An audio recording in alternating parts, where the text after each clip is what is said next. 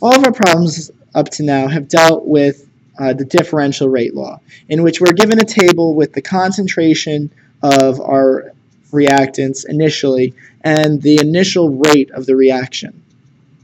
And all of that data must be found experimentally. However, if we ever are given the concentration and the time that those concentrations were obtained, we're dealing with something different. And we'll often be asked to determine the rate law expression that way. And to do that, we use what's called the integrated rate law. Now, it is based off of calculus, however, it is very simple.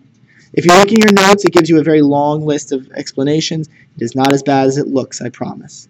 We're only going to be using algebra, so simple lines and slopes. So always remember that y equals mx plus b.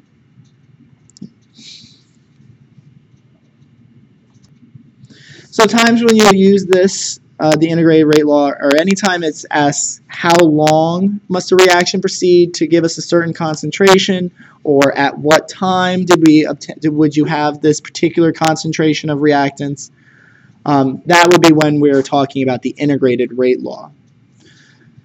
So every time that you see a verse, I don't care what class it is, but in science, anytime we say something versus something else, the first is always the y, and the second is always the x-axis. So concentration versus time for the integrated rate law means that concentration is on the y-axis and time is on the x-axis. So we are always, for the integrated rate law, going to set time up on the x-axis. And we're going to plot the concentrations of the reactants on the y-axis. And depending on which line of best fit for the concentration versus time, which line of best fit gives us the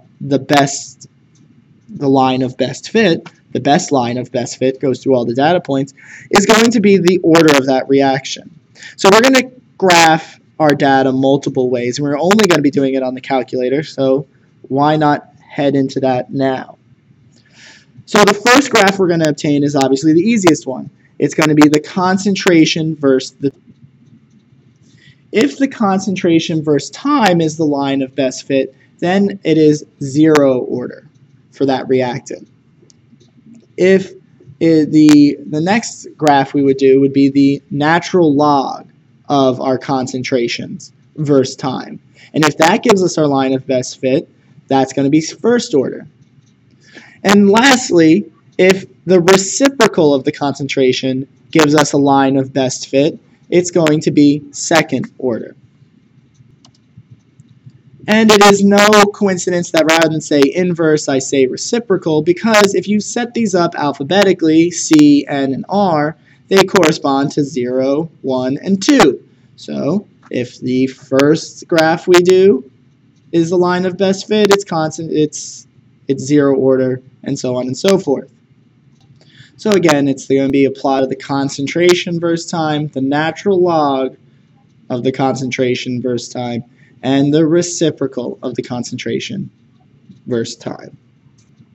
The slope of any one of these lines, the absolute value of the slope, is going to be the rate, or the rate constant, or K. And since K is never going to be negative, our absolute value of the slope will always be the rate constant. So if you remember y equals mx plus b, we can plug that in chemically for each one of these. If it's a zero order reaction, the concentration of the reactant, let's say reactant A, will equal the negative slope, or K, times the time plus the concentration or the initial concentration, because that's going to be the y-intersect at 0 time.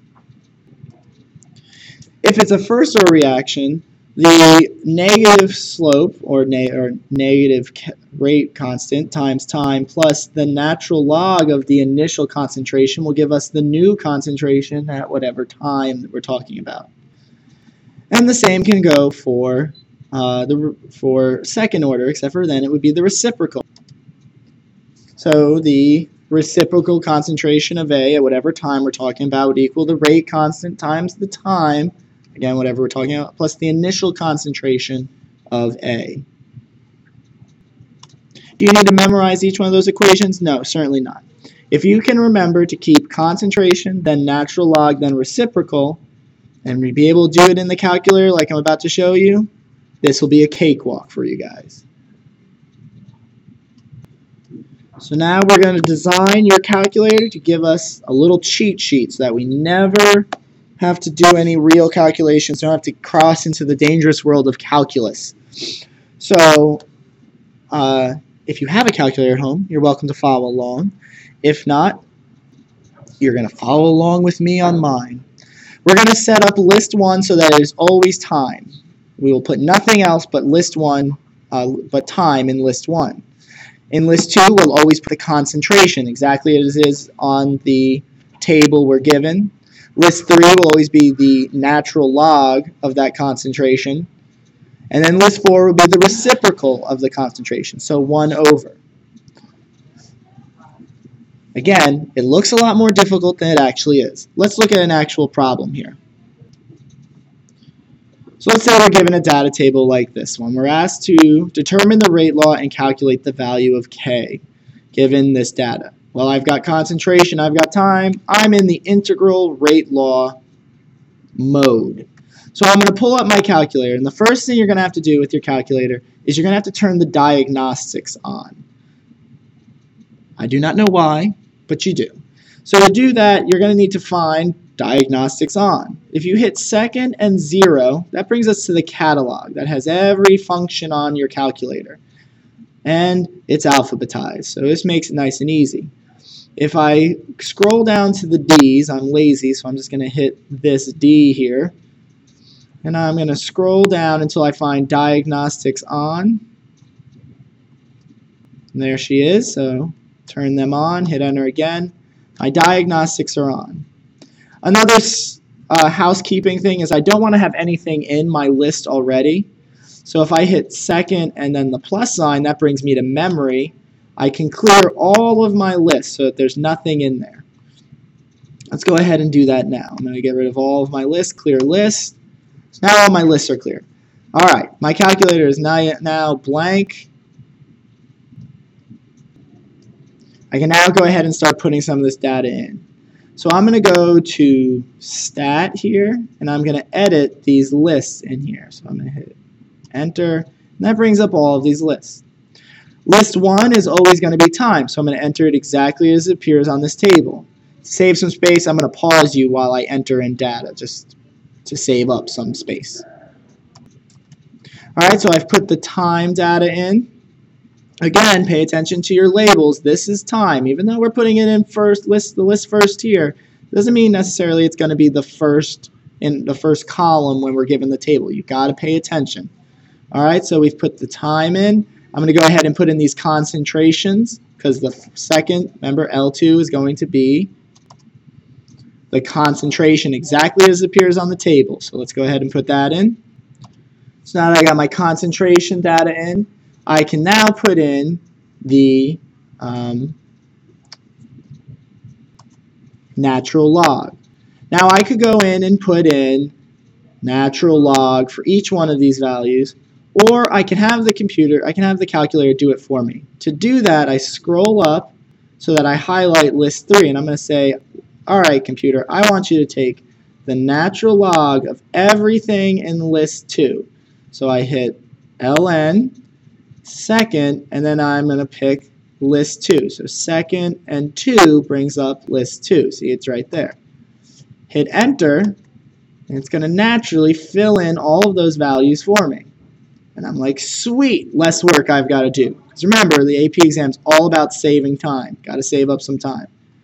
Lastly, in list 4, I want to do the reciprocal of everything in list 3.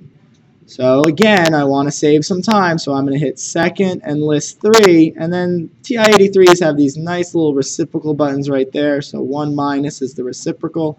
If I hit enter, I've got the reciprocal of my concentrations. Oh, trying to save time, totally screwed that up. I don't need the reciprocal of list 3, I need the reciprocal of list 2, because that's where my concentrations are stored. So list 2 reciprocal. Try that again. Knew something didn't look right. There we go. Okay, so now I've got my data all plugged into my calculator. I can start looking at it graphically. Or not graphically. I need to determine which set of data gives me the best line of fit. And to do this is the reason we had to turn on the diagnostics. We're going to look at the R value for each line of best fit. The closer the R value is to 1, the better that line fits your data. So I'm going to go ahead and quit out of here. Second quit, bring me back to my main screen. Let me get rid of all of that. Clear. All right.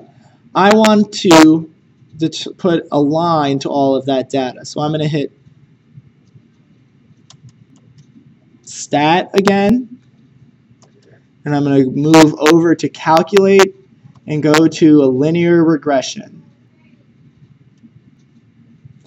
And I'm going to do a linear regression between list 1 and list 2 to begin with. Got to separate them by a comma. Second, insert, let's put a comma in here. Okay. And when I do that, it spits out an R value. So I'm going to go ahead and record that R value. So for this first set of data, which is just the time versus concentration, R equaled 0.941, which is pretty close to 1, but let's rule out the other two. We got to make sure this all pans out correctly. So let's also pull our calculator back up. We're going to do the same thing, but now we're going to look at verse list 1 versus list 3. So if I hit second enter, it brings up what I last put in there. I don't want list 2 anymore. I want list 3. So second 3 brings up list 3. If I hit enter, this will do line 1 versus line 2. Holy crap, that's a lot of 9s. I'm thinking that most likely is a winner. 0.99 repeating, that's pretty close to 1. So our R value there is really good. Let's go ahead and record that as well. So I'm going to record the R value for the natural log of the concentration. All right, just to be safe though, let's rule out that it can't be second order, sorry. Again, second entry, pull up what we just did. I don't want list 3 anymore, I want list 4. Second 4 should give me list 4, I hit enter. Yeah, that R value is good, but it's not the best, so 0.94. So looking at that, we can see that the natural log gave us the best line of best fit. So if this is 0, this must be 1, and this would be 2. So this reaction for dinitrogen pentoxide, or in relation to dinitrogen pentoxide, would be first order. So the rate law expression would be rate equals K times the concentration of dinitrogen pentoxide to the first, because it's first order. So I can put that as my answer, part of my answer for the first question. And the next question says determine a value of K. Well, let's pull up our calculator, because remember, K is the absolute value of the slope. So this was the previous one. I want to go back to having it with the natural log. So that was versus list 3. There we go. That's list 3. Make sure our R value should come back really high, and it did. So this value, A, is our slope, negative 0.66 or negative 0.00693 would be our slope. The absolute value of that, so the absolute value of our slope would be 0.00693. Got to tack on some units, so total up the order, the total sum of the total order of the reaction is 1. Put 1 finger down. We've got no fingers, which means we would have no molar concentrations in our answer. So this is just per, look at the time unit in our graph, seconds. We could leave it as that, or we could change it into 6.93 times 10 to the negative third seconds minus 1. There we go. We've got the first answer.